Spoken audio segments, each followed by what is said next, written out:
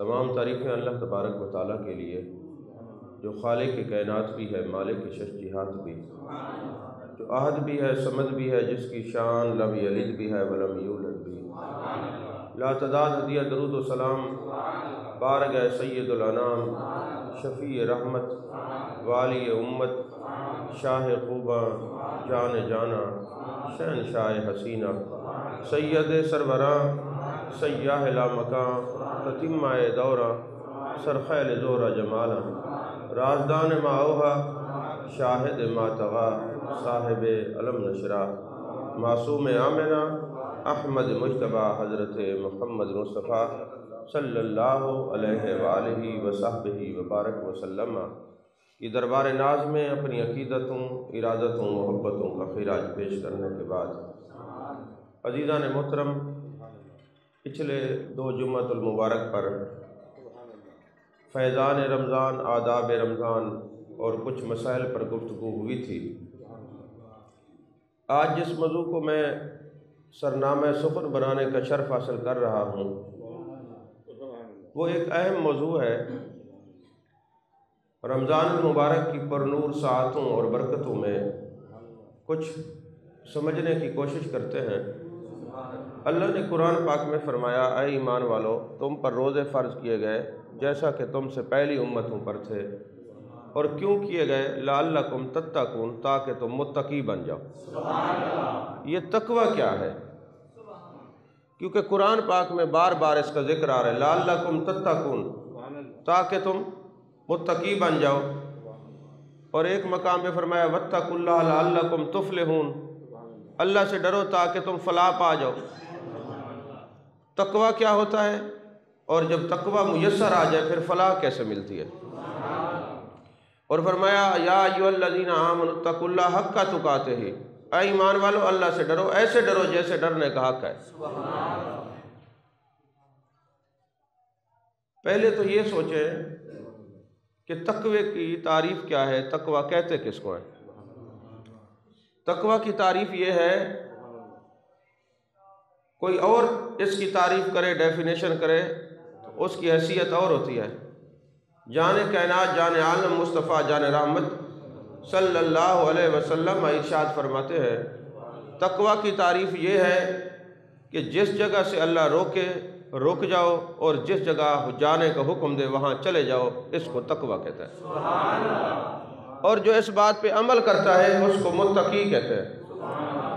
بس سادہ سا یہ جملہ، سادہ سا یہ تعریف، سادہ میں اس نظریے سے کہہ رہا ہوں کہ آسانی سے آپ کو سمجھ آئے، ورنہ میرے مصطفیٰ کریم صلی اللہ علیہ وسلم کی کوئی بات سادہ نہیں ہوتی، اعلیٰ ہوتی ہے، عرفہ ہوتی ہے، کیونکہ نبی جو اولا و اعلیٰ ہے، سب سے اولا و اعلیٰ ہمارا نبی، سب سے بالا و اعلیٰ ہمارا نبی۔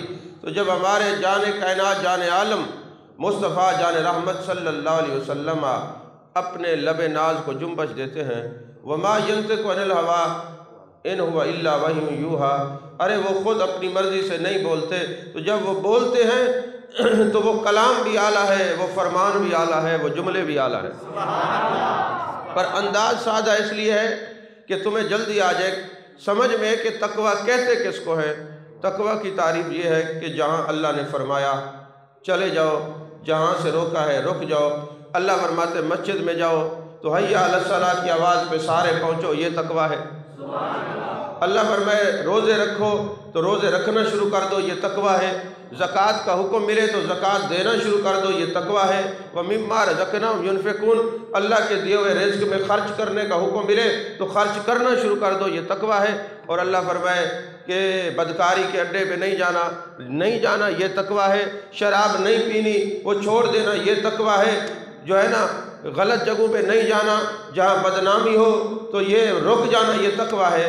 تو پتہ چلا جہاں اللہ فرمائے وہاں حاضری ہو، جہاں سے رک جائے وہاں غیر حاضری ہو، اس مقام کو تقوی کہتے ہیں، اس پر عمل کرنے والے کو متقی کہتے ہیں۔ سادہ ترجمہ۔ اچھا، جب اللہ فرمائے گا آپ پہنچ جائیں گے تو پھر یہ تقوی ہے، جہاں سے روکے گا رک جائیں گے تو یہ تقوی ہے۔ اچھا جب آپ اس مقام پہ پہنچ جائیں گے پھر کیا ہوگا؟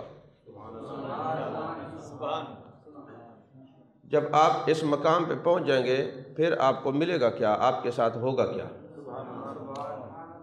اس کی تعریف حضرت موسیٰ علیہ السلام کے ایک واقعہ سے عرض کرتا ہوں، سمجھ میں آ جائے گی۔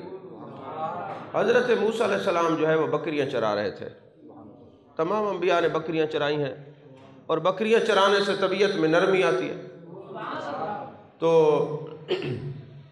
بکریاں چرا رہے تھے اور ایک ایسی وادی میں پہنچے جہاں پہ بھیڑیے ہی بھیڑے تھے، بھیڑیوں کا مرکز تھا۔ بھیڑیوں کے مرکز میں جب آپ پہنچے، مسلسل چلتے چلتے آپ کی طبیعت پر تھکاوٹ کے اثرات تھے اور آپ کو نیند آ رہی تھی، تو حضرت موسیٰ علیہ السلام نے اللہ کی طرف ایسے نظر اٹھائی اور فرمانے لگے کہ اے اللہ تیرا علم محیط ہے اور تیرا ارادہ نافذ ہے، اور تیری جو تدبیر ہے سب پر سبقت لے جانے والی ہے۔ گویا مقصد یہ تھا ساری بات کرنے کا، میرے مالک میں تیرا بندہ ہوں، تیرا کلیم ہوں، آرام کرنے لگا ہوں، یہ سارا مال تیری پناہ میں ہے، تیری سپرداری میں ہے، تیری تدبیر یہی ہے کہ اگر کوئی اس کو کھا لے تو کھا لے، تو بچانا چاہتا ہے تو بچا لے، بس تیرے ذمہ ہے، تیرا بندہ آرام کرنے لگا ہے۔ بس یہ حضرت موسیٰ علیہ السلام نے یہ فرمایا اور سو گئے۔ عالم نیند میں اچانک آنکھ کھلی تو کیا دیکھتے ہیں کہ ایک بھیڑیا ایک ڈنڈا اپنے کندھے پہ رکھ کے نا ساری بکریوں کی حفاظت کر رہا ہے کہ کوئی بھیڑیا اس کے قریب نہ آئے۔ حضرت موسیٰ علیہ السلام نے اللہ کی بارگاہ میں عرض کی، میرے مالک یہ عجیب معاملہ ہے، یہ کیسے ایسا ہو گیا؟ تو اللہ تبارک و تعالیٰ نے فرمایا، اے میرے پیارے کلیم، یہی تو میں بتانا چاہتا ہوں، جیسے میں چاہتا ہوں بندہ ویسے بن جائے، اور پھر جو بندہ چاہتا ہے میں ویسے اس کو ملوں گا۔ یہ مقام تقویٰ ہے، جو ایسا متقی بن جائے پھر جو اللہ سے منانا چاہے اللہ اس کی بات کو مان لے۔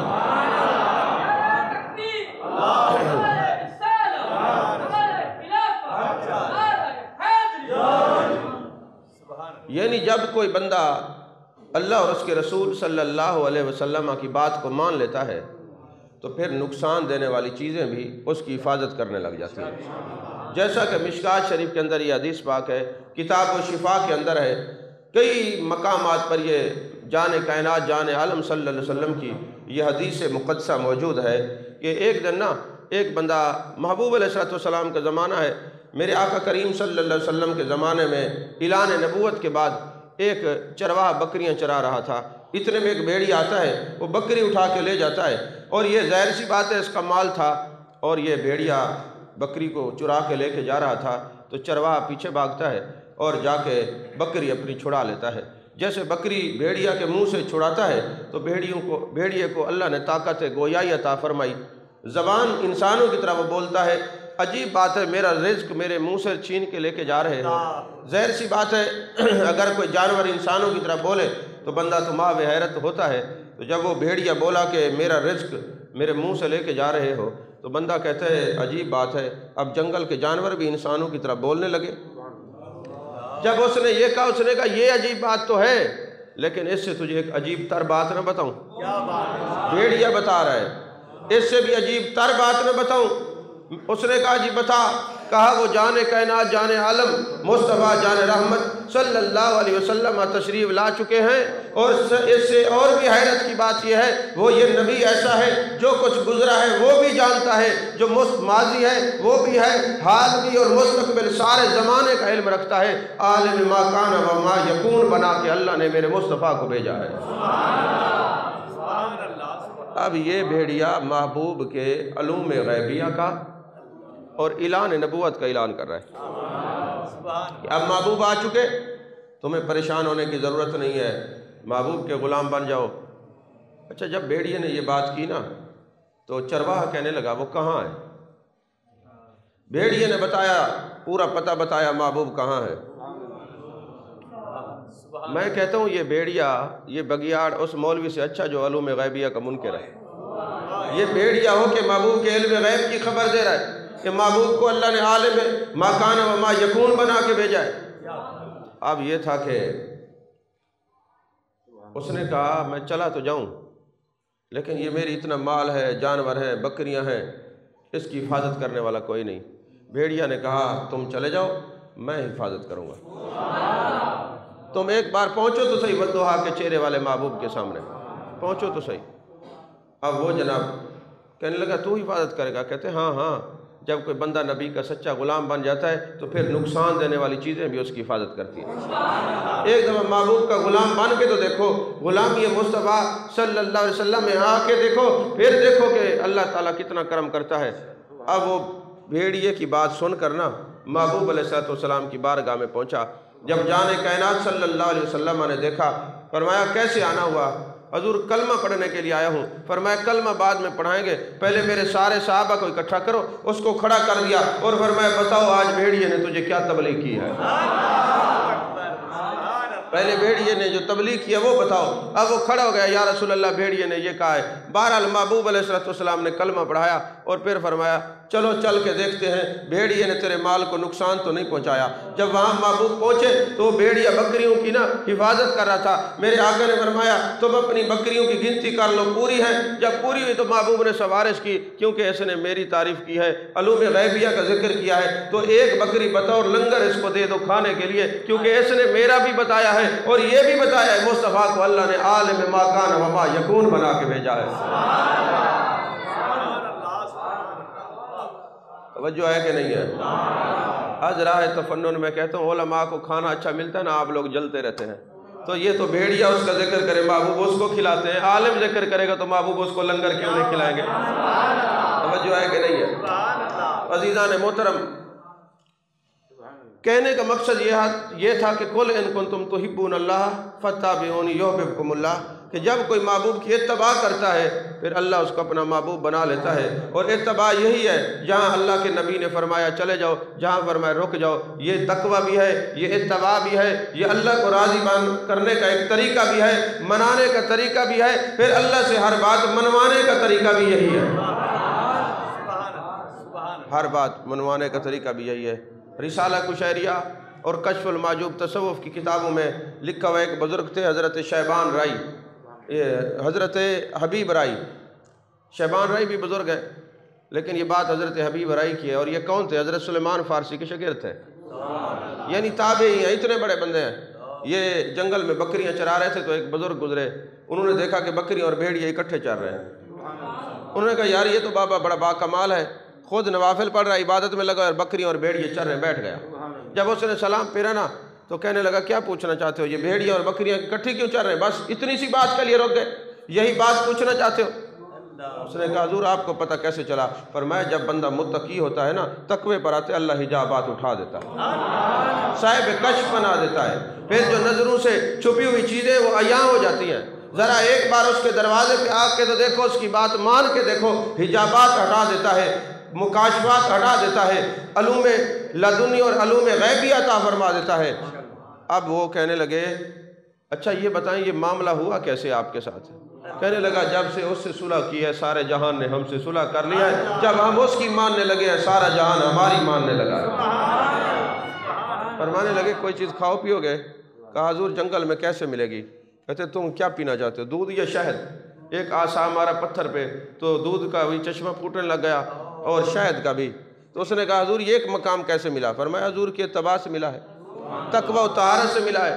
ارے اللہ کے بندے، موسیٰ علیہ السلام کے وہ امتی جن کے لیے چشمے پھوٹے تھے، موسیٰ علیہ السلام نے عصا مارا تھا، وہ تو نافرمان قوم تھی، اللہ نبی کے کہنے پر ان کو پانی پلا سکتا ہے۔ میں تو نبی کا غلام ہوں، میں نبی کی اتباع میں جو چاہوں اپنے رب سے منوا سکتا ہوں،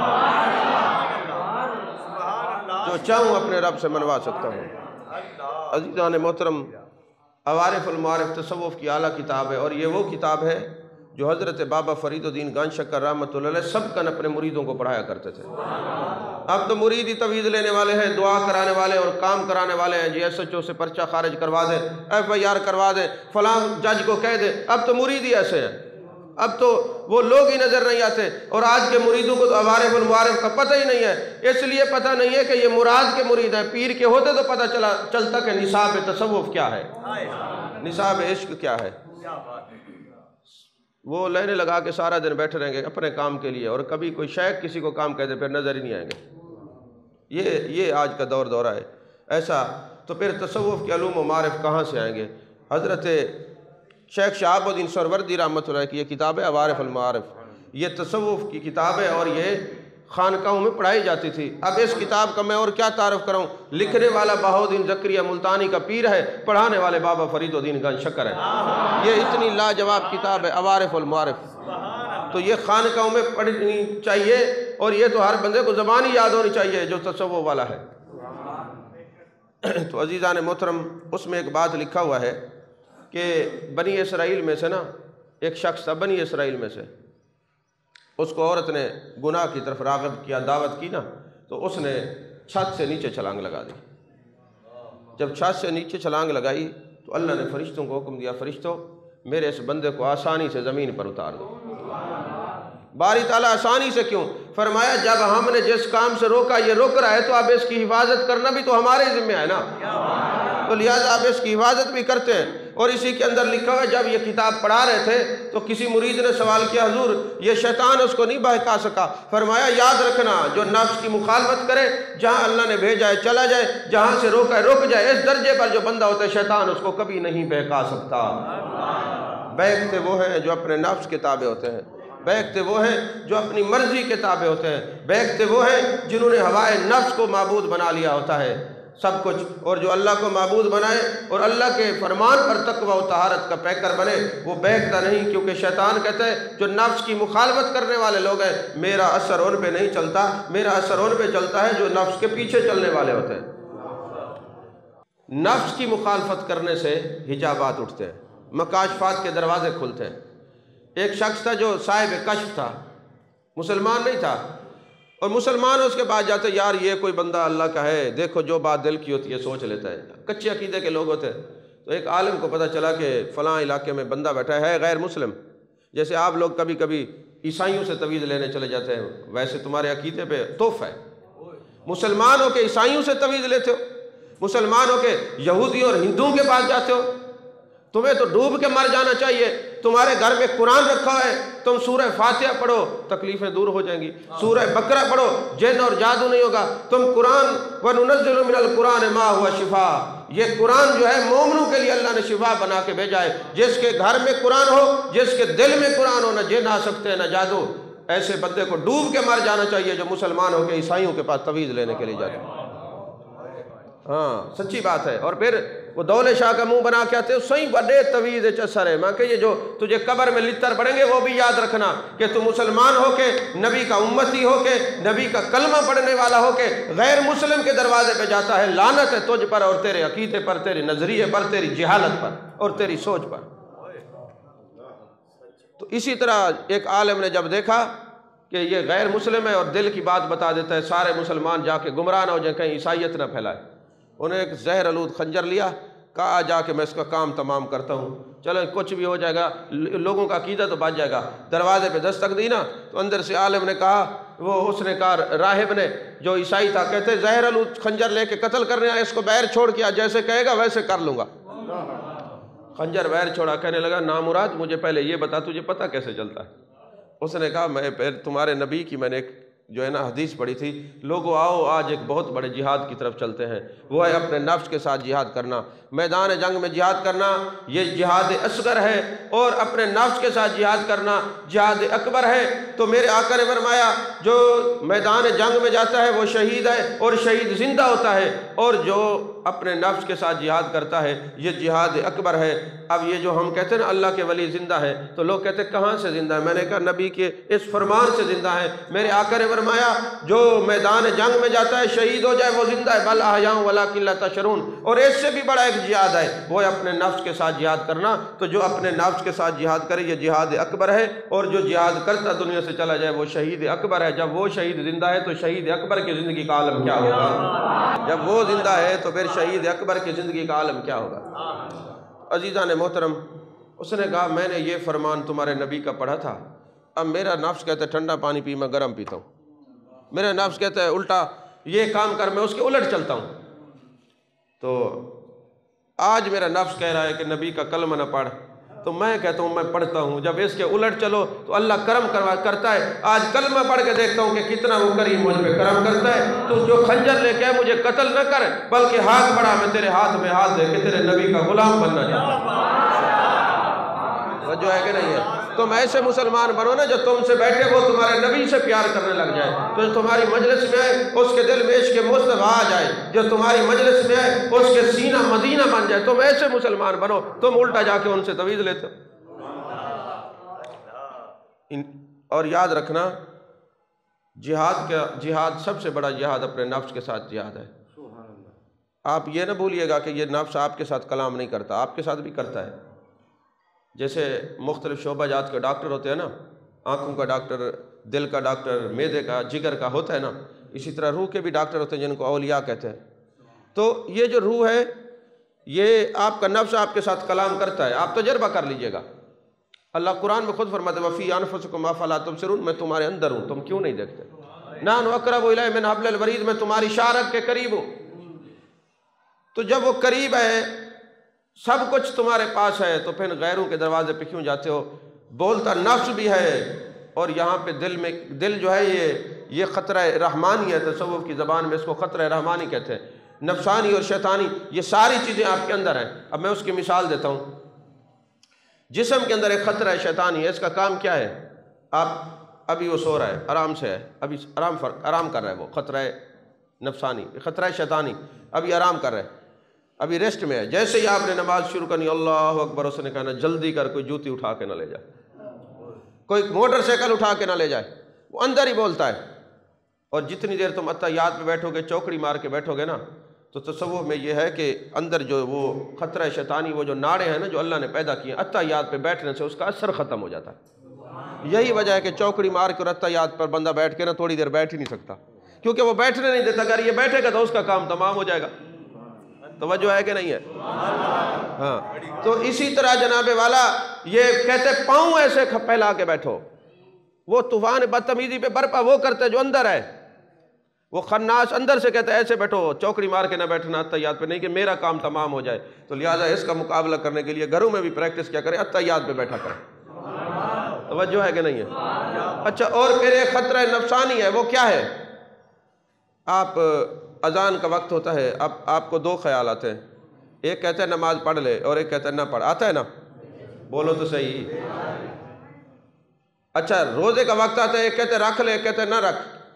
جو کہتا ہے روزہ رکھ لے وہ اشارہ رحمانی ہے، اور جو کہتا ہے نہ رکھ یہ اشارہ نفسانی ہے، بولتا تمہارے اندر بھی ہے۔ تو قیامت والے دن وہ خود کہے گا ہم تو کہتے تھے پڑھ لو، ہم تو تمہاری تربیت کرتے تھے، تم ہی بے خبر رہے۔ اسی لیے تو اقبال نے کہا میں پا شکستہ جا نہ سکا قافلے تلک، اگرچہ دیر تک آتی صدائے جرس رہی۔ کہا میرے پاؤں ٹوٹے ہوئے تھے اس لیے میں قافلے تک نہ پہنچ سکا، ورنہ پتہ تو مجھے آوازیں مجھے بھی آتی تھی، آوازیں میرے اندر سے مجھے بھی آتی تھی، لیکن کوئی راہبر نہیں ملا، کوئی رہنما نہیں ملا جو میرا ہاتھ پکڑ کے کہے او میاں یہ جو تجھے کہہ رہے نماز پڑھ لیے کوئی اور نہیں ہے، اور جو تجھے روک رہا ہے یہ تیرا اپنا نفس ہے، اس سے بچ، اس کی مخالفت کر تاکہ تو اللہ کے قریب ہو جائے۔ عزیزان محترم، حضرت سلمان فارسی رضی اللہ تعالیٰ عنہ محبوب کے کتنے بڑے صحابی ہیں۔ آپ کے پاس مہمان گئے، بس دو چھوٹی چھوٹی باتیں عرض کر کے ہیں تو بڑی چھوٹی کر کے عرض کر رہا ہوں۔ تو آپ کے پاس مہمان گئے تو آپ ان کے لیے پرندہ اور ہرن پکڑ کے لے آئے۔ تو مہمان جو تھے انہوں نے کہا حضرت کمال ہے، یہ آپ کے تصرف میں ہے۔ فرمایا یار تم نے کبھی کوئی ایسا بندہ مجھے ایک تو دکھاؤ جس نے خدا کی بات مانی اور خدا نے اس کی بات نہ مانی ہو، کوئی ایک تو دکھاؤ خدا کی، جس نے آج ہماری وہ کیوں نہیں مانتا اب بھی ہے، وہ کہتے ذرا اور آئے یہ میرے قریب۔ ہاں، مومن کی دعا رد نہیں ہوتی، ذرا اللہ کو محبوب بنا کے دیکھو۔ تم تو کبھی کسی کو واٹس ایپ پہ محبوب بنائے کھڑے ہو، کبھی کسی کو محبوب بنائے کھڑے ہو، اس لیے ذلیل ہوتے پھر رہے ہو۔ کبھی خدا کو کہہ کے دیکھو اللہ مجھے تجھ سے ہی محبت ہے، تو میرا محبوب ہے۔ اب معبود تو ہے ہی ہے، لیکن محبوب سمجھ کے ذرا وقت گزارو، پھر دیکھو کیسے تمہاری بات کو مانتا ہے۔ بس اتنا یاد رکھنا، جو اندر ہے نا اس کی کیفیات اور اثرات باہر آتے ہیں۔ ایک یہ بھی امام صفوری نے اس بات کو لکھا، یہ آج کی بات نہیں، بہت پرانی، آج تو حشر ہی خراب ہے۔ وہ کہتے ہیں ایک سنار تھا، اس نے ایک بچہ پالا ہوا تھا، لے پالک جیسے ہم بچے پالتے ہیں، تو بچہ پالا ہوا تھا، تو ظاہر ہے وہ ماں بن کے اس کی خدمت کرتی رہی، اور حکم یہ ہے کہ جب بچہ لے پالک بڑا ہو جائے، بالغ ہو جائے، تو اس شرعی طور پہ وہ پردہ، اگر اس نے دودھ نہیں پیا اس عورت کا، رضائی بیٹا نہیں ہے تو پردہ کا حکم ہو جاتا ہے۔ تو یہ جب بڑا ہوا، تھوڑا سا جوان ہوا، تو تو ایک دن اس نے جس ماں نے اس کو پالا تھا، وہ رضائی ماں نہیں تھی، لے پالک بچہ تھا، اس نے گندی نیت سے اس کے ہاتھ پکڑ لیے، تو ماں نے اس کو تھپڑ مارا، چھڑا دیا، اور وہ جب گھر میں آیا نا، وہ سونار سونے کا کام کرتا تھا، اس کی بیوی تھی، تو دیکھا بیوی رو رہی ہے، اس نے کہا جس بچے کو ہم نے پالا ہے یہ تو آستین کا سانپ نکلا، آج اس نے گندی نیت سے میرا ہاتھ پکڑا ہے۔ تو سونار کہنے لگا اس کا قصور نہیں ہے، یہ بچہ اچھا ہے، اس نے تربیت کی، قصور میرا ہے۔ اس نے کہا کیسے؟ کہا میں سونے کے کنگن بناتا ہوں، آج ایک عورت آئی تھی، میں اس کے ہاتھ میں کنگن پہنا رہا تھا تو میں نے گندی نظر سے اس کو دیکھا ہے، اور میرے مصطفیٰ کریم صلی اللہ علیہ وسلم نے فرمایا لوگو تم اپنے آپ کو پارسا رکھو، تقوی و طہارت کے پیکر رکھو، جس چیز سے اللہ نے روکا ہے رک جاؤ، اگر تم پارسا رہو گے تو پارسائی تمہارے گھر پر ناز کرے گی، اور اگر تمہاری طبیعت میں کمینہ پن آ جائے گا تو وہ کمینگی تم بڑی بڑی دیواریں بھی کھڑی کر جاؤ تمہارے گھر میں آ جائے گی۔ یہ اس بچے کا قصور نہیں ہے، یہ میری نیت کا قصور ہے، میں نے جو کچھ وہاں کیا ہے اور یہاں پر میرے گھر میں ہوا ہے۔ کہا صدقتا یا رسول اللہ، آپ نے سچ فرمایا ہے، جہاں رب نے فرمایا ہے چلے جاؤ، جہاں سے روکا ہے رک جاؤ، جو اس تقوی طہارت کا پیکر ہوتا ہے وہ جو کہتا ہے خدا اس کی مانتا جاتا ہے۔ اللہ تعالی ہم سب کو، میں نے کہا آپ ہر وقت سنتے رہتے ہیں تقوی تقوی تقوی، آج تقوی پر بتا ہی دے تقوی کہتے کس کو، تاکہ آپ پریشان نہ ہوں، کیونکہ میں تو وہ خطیب نہیں ہوں کہ کیسٹیں سن کے تقریر کروں، اور نہ میں وہ خطیبوں کے ایک ہی تقریر پکائی ہے کہ وہی ہند اور وہی سندھ اور وہی پنجاب، میں تو الحمدللہ کوشش کرتا ہوں جو ایک دفعہ تقریر ہو جائے پھر اس کی تکرار نہ ہو، پھر وہ تقریر ہی رہے تو اچھا ہے۔ اللہ تعالی ہم سب کو محبوب علیہ السلام کے جلووں میں، ان کی ضیاء پاشیوں اور فیضان رمضان میں دلوں کو مزکہ مصفہ اور مجلہ کرنے کی توفیق عطا فرمائے، آمین۔ وآخر دعوانا الحمدللہ رب العالمین۔ ہاں